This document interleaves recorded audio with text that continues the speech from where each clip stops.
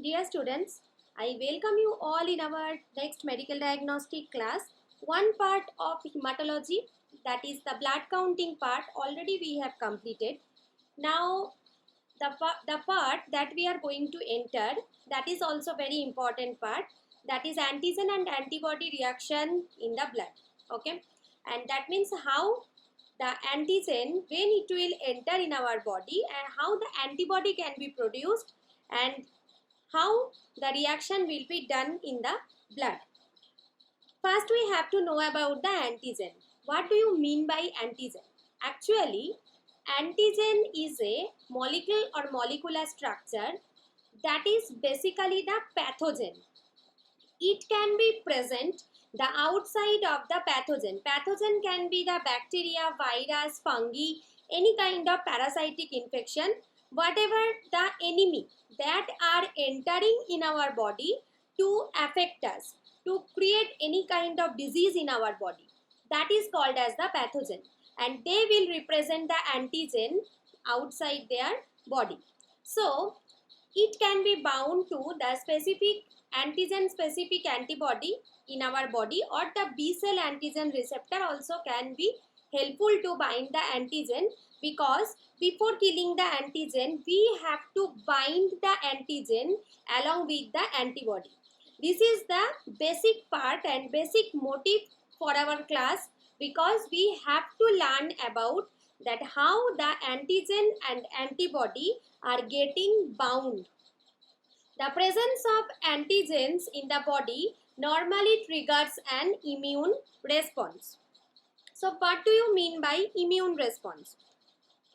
Immune response is a reaction that will occur in the human being just to defend against the foreign invaders or the foreign pathogens. These invaders include a wide variety of microorganisms. When you are taking the food, when you are breathing, and the whole skin, that is also in the contact with the environment. So every time the microorganisms are entering in our body in different way. They can include the viruses, bacteria, parasite and fungi, whatever, which could cause serious problems to the health of the host organism if not cleared from the body. If the organisms will be settled down in our body, so they will create the disease. Okay, and right now you all are sitting at home just because of the coronavirus, that you all know. So we have to clear the coronavirus from our body also. Then only we can fight against the virus, because the virus, the coronavirus is more effective than our immune response, than our immune system. So that's why we are closed and we are just make us shut in the home, that coronavirus should not come in contact with us, because our immune system is not that much effective to kill the coronavirus. So but other viruses are coming every day in our body. Okay, so just think about other viruses and other bacteria also. Your body is continuously fighting against all kind of viruses, bacteria, parasitic and fungal infection. Now there are two types of immune response. One is innate, another one is adaptive. What is the meaning of innate response? When our body fast react to the invader or the pathogen. That is non-specific and quick response. Why it is non-specific? Whatever pathogen will come, our army, our immune system will affect on that. That is non-specific. They will not see this virus is coronavirus, this virus is influenza virus, this virus is any other kind of virus, this is any bacteria, this is any fungus. They will not see it.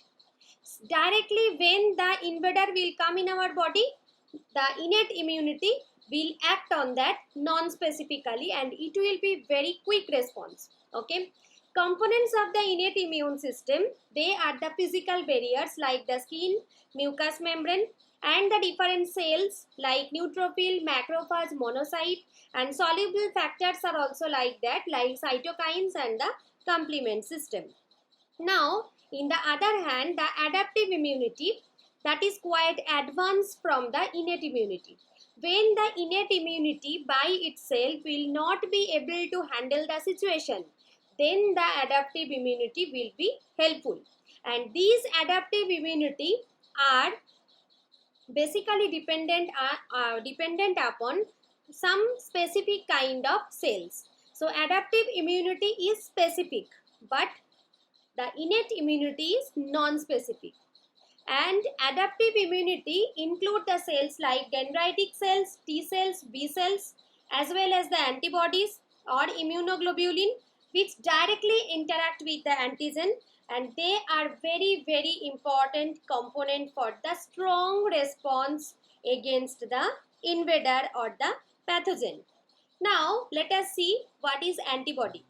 Antibody is basically the immunoglobulin. It is a large Y-shaped protein produced mainly by the plasma cell, basically from the B cell. Okay, B cell, we will see how the antibody is produced by the plasma cell.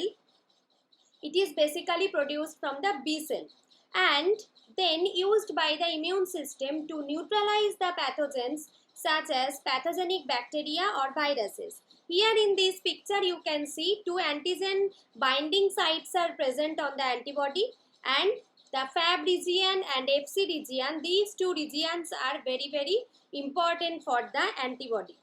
Now, what are the different kinds of immune cells? You can see a tree-like structure here. Here the hematopoietic stem cell. Hematopoietic stem cell is already the cell which will produce the different kinds of blood cell.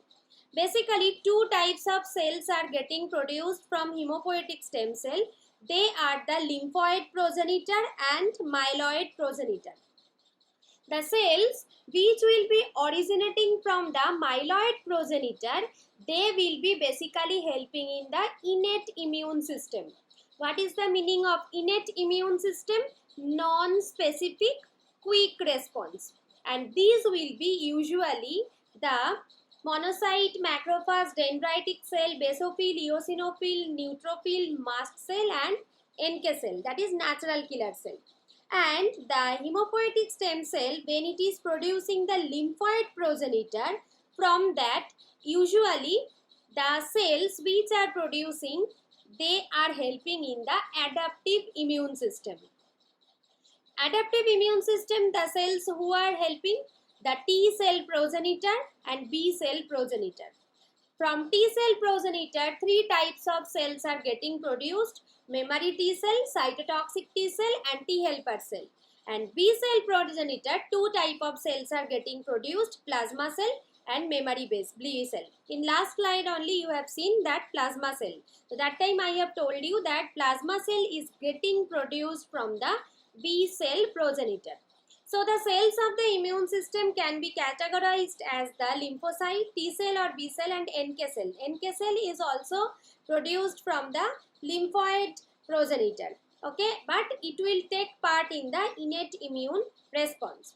Now these are the all type of white blood cell. The major protein of the immune system are predominantly signaling protein. Which are the signaling protein? That is the cytokine. When the cell is getting affected by the pathogen, then our body is getting some signaling protein from that, and that signaling protein is named as the cytokine, and antibodies and the complement protein. Now we have to discuss about the antigen presenting cells. Here you can see two types of picture. One is mature T helper cell, another one is mature cytotoxic T cell. When the mature T helper cell, when it will be produced? When the T cell will be attached with the antigen presenting cell along with the antigen, and the cell will contain the major histocompatibility complex 2, MHC2 complex. So at that time, and the T cell will be joined with the protein CD4. CD4 T cell, when it will be joined with the MHC class 2 MHC complex, then it will produce the T helper cell. And when the CD8 plus T cell will be joined with the class 1 MHC molecule, then it will produce the cytotoxic T cell. Just listen it very carefully. CD4 plus T cell, when it will join with the class 2 MHC molecule, then it will produce the mature T helper cell. And when the CD8 plus T cell will join with the class 1 MHC molecule of the antigen presenting cell, then it will produce the cytotoxic T cell. Actually, the cytotoxic T cell directly kill the pathogen, but the mature T helper cell will be helping in the activation of the T cell, cytotoxic T cell, B cell and the memory T cell.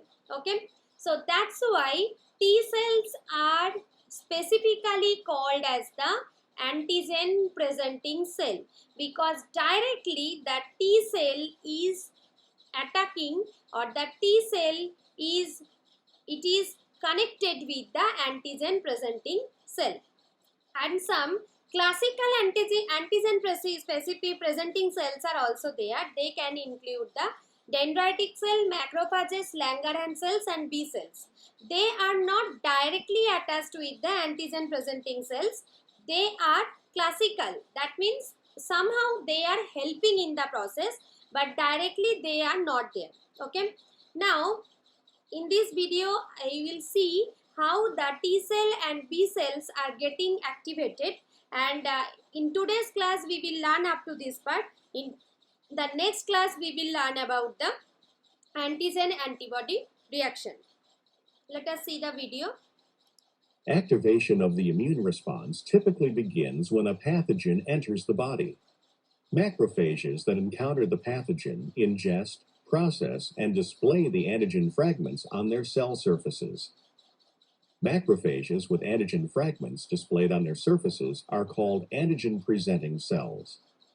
An antigen-presenting macrophage interacts with a T helper cell that can recognize the same antigen. During the interaction, the macrophage releases a chemical alarm signal called interleukin-1, which stimulates the T helper cell to secrete interleukin-2. Interleukin-2 causes the proliferation of certain cytotoxic T cells and B cells. The immune response from this point follows two paths, one using cytotoxic T cells and one using B cells.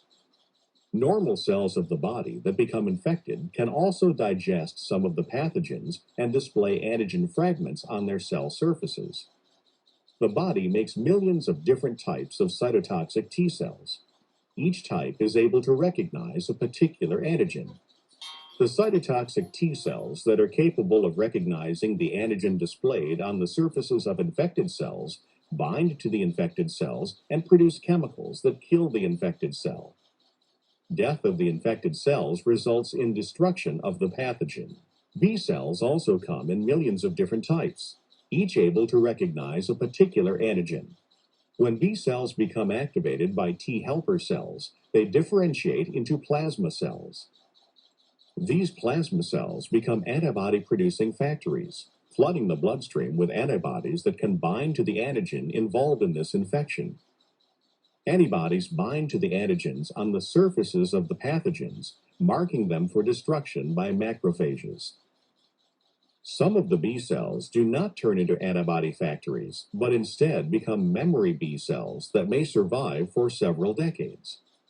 Because of these memory B cells, the secondary immune response to a future infection by the same pathogen is swifter and stronger.